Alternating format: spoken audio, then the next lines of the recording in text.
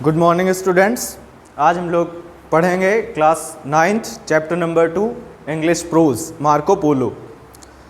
About the author mister Najabat Ali is a renowned Indian writer and story teller. Mister Mir Najabat Ali जो हैं एक प्रसिद्ध भारतीय लेखक हैं एंड स्टोरी टेलर और कहानी कहने वाले हैं। ही राइट्स इन इंग्लिश, इन्होंने इंग्लिश में लिखा है, एंड हैज़ प्रोमिनेंट प्लेस, और इन्हें महत्वपूर्ण स्थान प्राप्त है among Indian writers in English, बहुत सारे इंग्लिश राइटर्स के साथ उनके बीच, मीन्स ये बहुत अच्छे राइटर हैं। His most of the articles are related to adventures, इनके बहुत सारे आर्टिकल्स साहसिक कारनामों से संबंधित हैं। डिस्कवरीज एंड इनोवेशंस, और खोज और आविष्कार पर निर्धारित है। He also wrote about travels and explorations, he also wrote, इन्होंने आल्सो रोट अबाउट ट्रेवल्स, यात्राओं के बारे में भी लिखा है, एंड एक्सप्लोरेशन, और खोज के बारे में भी। एक्सप्लोरेशंस मीन्स खोज। Elder ones as well as children read his book and articles with great interest, बड़े लोग भी और छोटे बच्चे भी सभी इनकी किताबें बहुत इंटरेस्ट के साथ पढ़ते हैं। It is so because his writing have captive power upon readers, यह इसलिए है क्योंकि इनकी लिखावट जो है वो बहुत अच्छा लिखते हैं। कैप्टिव मीन्स जब पढ़ने लगते हैं हम लोग कोई स्टोरी तो उसमें डूब जाते हैं, मीन्स वो बहुत इंटरेस्टिंग रहती है। हिज डिस्टिक्शन इज सिंपल, इनका जो है डिस्टिक्शन इज सिंपल, जो लैंग्वेज होती है बोलचाल वह बहुत साधारण होती है, जिसमें ये लैंग्वेज जो लिखते हैं वो बहुत साधारण होती है। Mostly he writes in descriptive of narrative style, अधिकतर यह एक विस्तृत और संक्षिप्त वर्णन करते हैं। His popularity friends it's zenith upon the literature concerning adventures and speculations. His popularity, इनकी जो प्रसिद्ध हुए हैं वह एक चरम बिंदु पर हैं, मतलब यह बहुत ज़्यादा प्रसिद्ध हुए हैं। अब हम लोग चैप्टर स्टार्ट करेंगे। कहानी है मार्को पोलो की।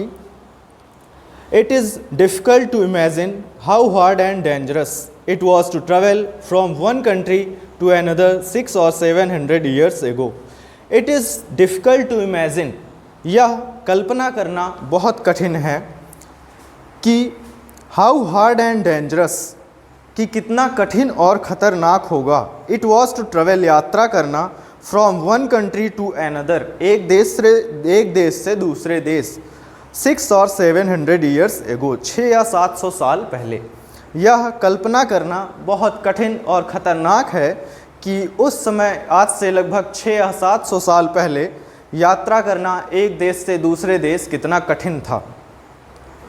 दे had to move slowly, man had to travel mainly by overland routes, man लोग हैड टू ट्रेवल, यात्रा करते थे, मेनली बाय ओवरलैंड रूट्स, स्थल मार्ग से, क्योंकि बहुत ज़्यादा लोग जानते नहीं थे, समुद्री मार्ग था नहीं, था भी तो पता नहीं था उन लोगों को उसके बारे में, ना तो हम लोगों के पास प्लेन्स थी कि वो एरोप्लेन से या फिर जहाज़ हेलीकॉप्टर से वो लोग सफ़र कर पाएँ, ट्रेवल कर पाएँ। They had to move slowly as and when they got the chance, और उन्हें जब अवसर मिलता था तभी वो लोग अपनी यात्रा शुरू करते थे। ज़रूरी नहीं है कि हर टाइम वो लोग यात्रा अपनी शुरू कर पाएँ, हो सकता है मौसम उस टाइम बहुत ज़्यादा ख़राब हो, बारिश के महीने में जैसे हम लोग कहीं भी जा नहीं सकते हैं। Village and towns were far apart, उस समय विलेज एंड टाउन्स, गाँव और कस्बे एक दूसरे से बहुत दूर होते थे। Many persons died on the way for lack of food and water. Many persons, बहुत से लोग, बहुत से व्यक्ति, died, मर जाते थे, on the way, रास्ते में ही, for lack of food and water, भोजन और पानी की कमी के कारण। उस समय यात्रा में भोजन और पानी की कमी के कारण बहुत से व्यक्ति मर जाते थे। People had to travel with large parties. लोग जो हैं एक बड़े समूह में यात्रा करते थे। और कारवांस एट दे वर कॉल्ड, उन्हें वो लोग कारवां कहते थे, जिसे हिंदी में काफिला कहा जाता था, जिससे कि जैसे कोई प्रॉब्लम आए, रास्ते में कोई आक्रमण कर दे या फिर कुछ हो जाए तो वो लोग एक दूसरे की सहायता कर सकें। Otherwise they could get lost, अन्यथा वो लोग खो जाते थे। अगर जैसे काफिले में हैं तो सब एक दूसरे को एडवाइस करते थे कि इस साइड चलो या ऐसा हो सकता है, इधर ऐसा, जो कुछ जानने वाले होंगे वो लोग ऐसा करते थे, नहीं तो otherwise they could get lost, अन्यथा वो लोग खो जाते थे क्योंकि रास्ता किसी को निश्चित पता नहीं होता था।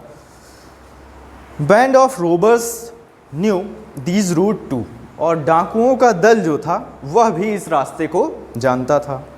दे अटैक्ड कारवांस, दे वे अटैक्ड, आक्रमण करते थे कारवांस काफिलों पर, एंड लूटेड देम, और उन्हें लूट लिया करते थे। Many travellers were killed in the fighting that took place, many travellers, बहुत सारे यात्री, वर किल्ड, मारे जाते थे, मार दिए जाते थे, in the fighting that took place, उसी स्थान पर लड़ाई करते हुए, बहुत सारे यात्री डाकुओं से लड़ाई करते हुए उसी समय मार दिए जाते थे।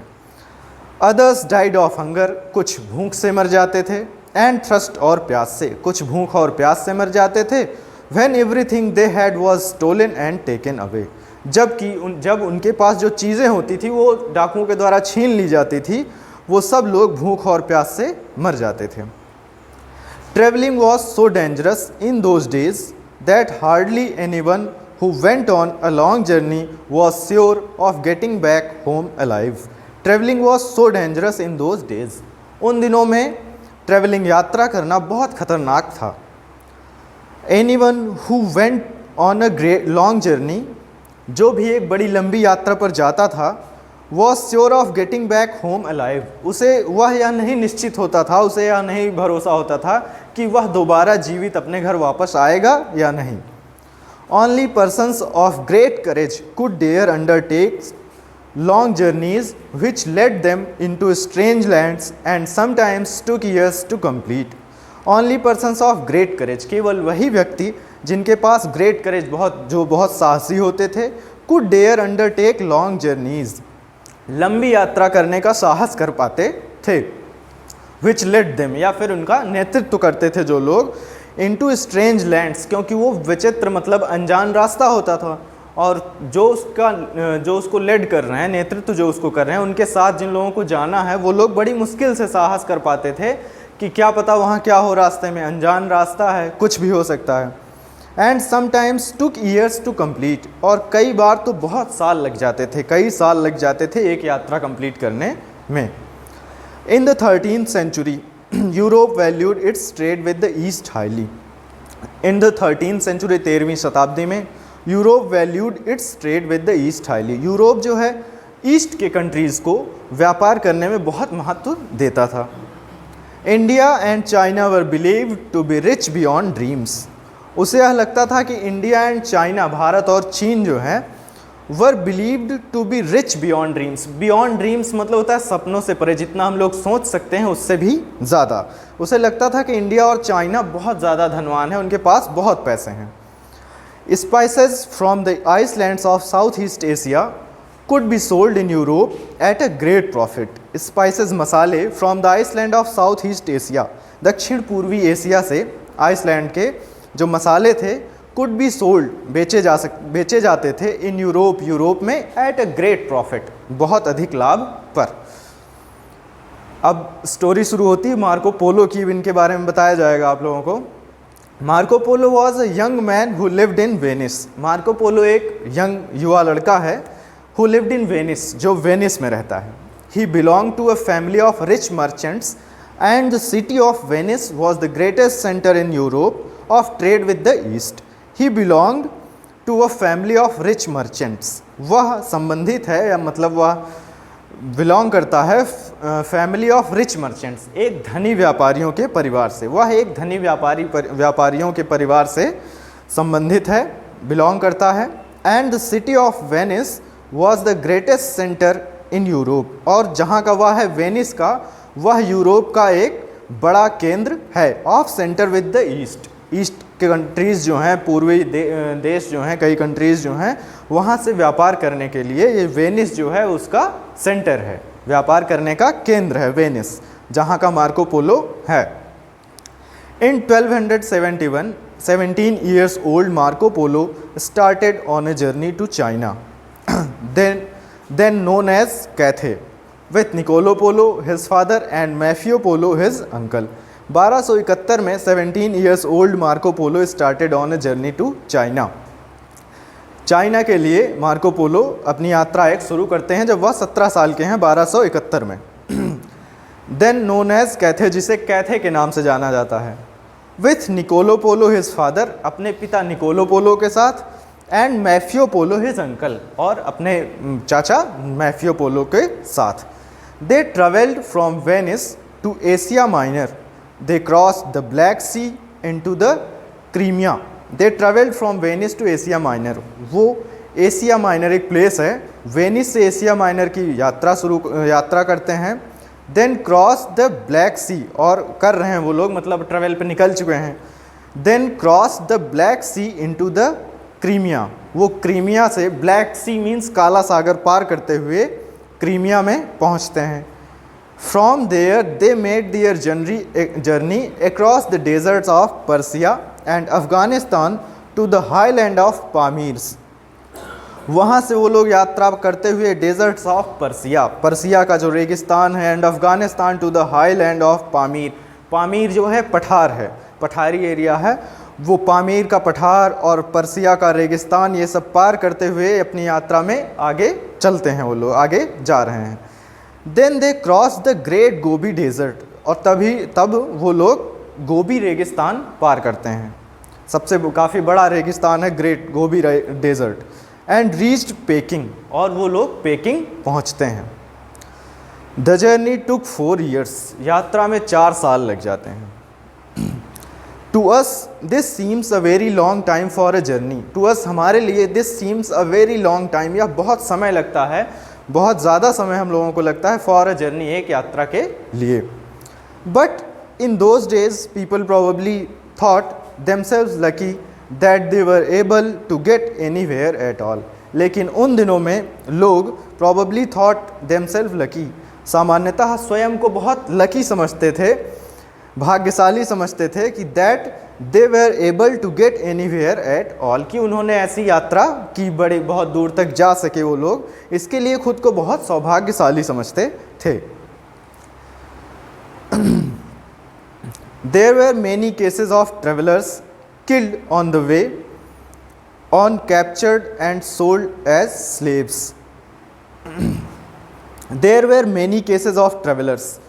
यात्रियों के साथ बहुत सारे ऐसे केस होते थे, मामले होते थे कि ट्रेवलर्स किल्ड, वे मार दिए जाते थे, ऑन द वे, रास्ते में ही, और कैप्चर्ड, अथवा उन्हें पकड़ लिया जाता था, and sold as slaves, slaves means गुलाम, और उन्हें गुलाम की तरह बेच दिया जाता था।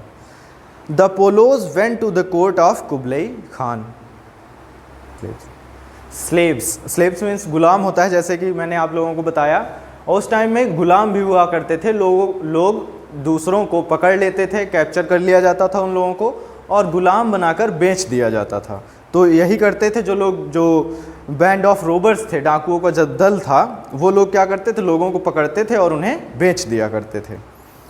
The Polos went to the court of Kublai Khan, a grand son of famous Mongol invader Genghis Khan. The Polos went to the court of Kublai Khan, Polos जो थे, मतलब मैफियो पोलो, निकोलो पोलो, मार्को पोलो, तीनों लोग पहुंचते हैं Kublai Khan के दरबार में। अ grand son of famous Mongol invader, invader means होता है आक्रमणकारी, जो कि एक प्रसिद्ध आक्रमणकारी के ग्रैंड सन है, पोते हैं चंगेज़ खान, चंगेज़ खान के पोते हैं कुबलई खान। जो चंगेज़ खान जो है वह बहुत बड़ा आक्रमणकारी था, उनके दरबार में पोलो लोग पहुंचते हैं, जितने हैं तीनों लोग, Marco Polo, Maffeo Polo, Niccolo Polo. He was the ruler of a vast empire with its capital at Peking. He was the ruler of vast empire, या बहुत बड़े साम्राज्य के शासक थे, with its capital at Peking, और इसकी राजधानी पेकिंग थी, जहाँ पे ये लोग पहुँचते हैं, सबसे पहले जहाँ ये लोग पहुँचे हैं मार्को पोलो लोग। Kublai Khan received the travelers with great kindness. Kublai Khan जो है इन यात्रियों के साथ बहुत अच्छे से व्यवहार करता है, इन लोगों से बहुत अच्छे दयालुता से मिलता है। Nicolo and Maffeo had already made a trip to China some years ago. Niccolo और मैफियो पोलो दोनों लोग जो हैं ये कुछ साल पहले had already made a trip to China some years ago, कुछ साल पहले इन लोगों ने यहाँ की यात्रा, चाइना की यात्रा की थी। And were known to the emperor, और बादशाह के द्वारा, जो राजा थे चंगेज़ खान, इनके द्वारा ये जाने जाते थे, मीन्स इनको वो जानते थे। Marco Polo set himself the task of learning the Mongol language. अब मार्को पोलो को सेट होना था वहाँ, तो मार्को पोलो ने सबसे पहले वहाँ की लैंग्वेज सीखना शुरू किया, वहाँ की भाषा सीखना शुरू कर दिया। The emperor was so pleased, बादशाह जो थे चंगेज़ खान वह इससे बहुत खुश हुए, विथ हिम, उनसे, that he took him into his service, और खुश होकर उन्हें अपनी सेवा में, यहाँ मतलब उनको अपने यहाँ काम पर रख लिया। ही ट्रस्टेड मार्को ग्रेटली, वह मार्को पोलो पर बहुत अधिक विश्वास करने लगे। And sent him to many far away places on his behalf, और अपनी तरफ से उनको बहुत दूर दूर यात्राओं के लिए भेजने लगे, अपने काम के लिए, अपने लिए। One trip was made in 1287 to Burma, एक ट्रिप, एक यात्रा उनको, मतलब चंगेज़ खान ने उनको भेजा 1287 में Burma. And another some time later, और एक दूसरा सम टाइम लेटर, कुछ समय बाद, टू सीलोन, सीलोन में। सबसे पहले 1287 में उन्होंने अपनी तरफ से मार्को पोलो को बर्मा भेजा, और उसके बाद कुछ ही समय बाद उनको सीलोन की ट्रिप पे भेजा। The trip to Ceylon was undertaken to bring the sacred tooth of the Buddha for the emperor. उस समय जो मेटल्स होते थे, धातुएं हैं, और इसमें जैसे आप लोग देख रहे हैं, टू सेक्रेड टूथ, पवित्र दांत हैं बुद्धा के, ये सारी चीज़ें बहुत बहुमूल्य हुआ करती थी। तो इसलिए इन्होंने मार्को पोलो सीलोन सिर्फ इसीलिए भेजा था कि वहाँ जाएं और बुद्धा के जो दांत हैं उसको लेकर वो आएँ, उसको बहुत पवित्र माना जाता था। The trip of Ceylon, Ceylon की जो यात्रा थी, was undertaken to bring the sacred tooth of the Buddha, Buddha के वो जो पवित्र दांत थे उनको लाने के लिए था, फॉर द एम्परर, बादशाह के लिए। लेटर, बाद में, Marco was made the governor of an important city, बाद में मार्को पोलो को एक महत्वपूर्ण शहर का गवर्नर बना दिया गया। इन 1290 में, 15 years after coming to Peking, 1290 में 15 साल बाद कमिंग टू पेकिंग, वहाँ से पेकिंग वापस आए Marco Polo. Marco Polo asked the emperor's permission to go back home. अब मार्को पोलो ने बादशाह से, राजा से वहाँ से अनुमति मांगी अपने घर वापस जाने की। But Kublai Khan refuse to let him go, लेकिन कुबलई खान ने उन्हें वापस जाने से मना कर दिया। क्यों? ये देखिए, अ lucky chance however helped him, क्योंकि कोई भी इंसान, जैसे मार्को पोलो है, अब वह बहुत जगह यात्रा कर चुका है, उसको उस बारे में बहुत सारी चीज़ें पता हो गई हैं। चंगेज़ खान को पता चल गया है, कुबलई खान को, कि यह बहुत जगह जा सकता है और हमारे लिए बहुत सारी चीज़ें आ सकती हैं। तो इसलिए वो यह अवसर छोड़ना नहीं चाहते थे, इसलिए उन्होंने उसकी सहायता नहीं की, उसको वापस नहीं भेजा।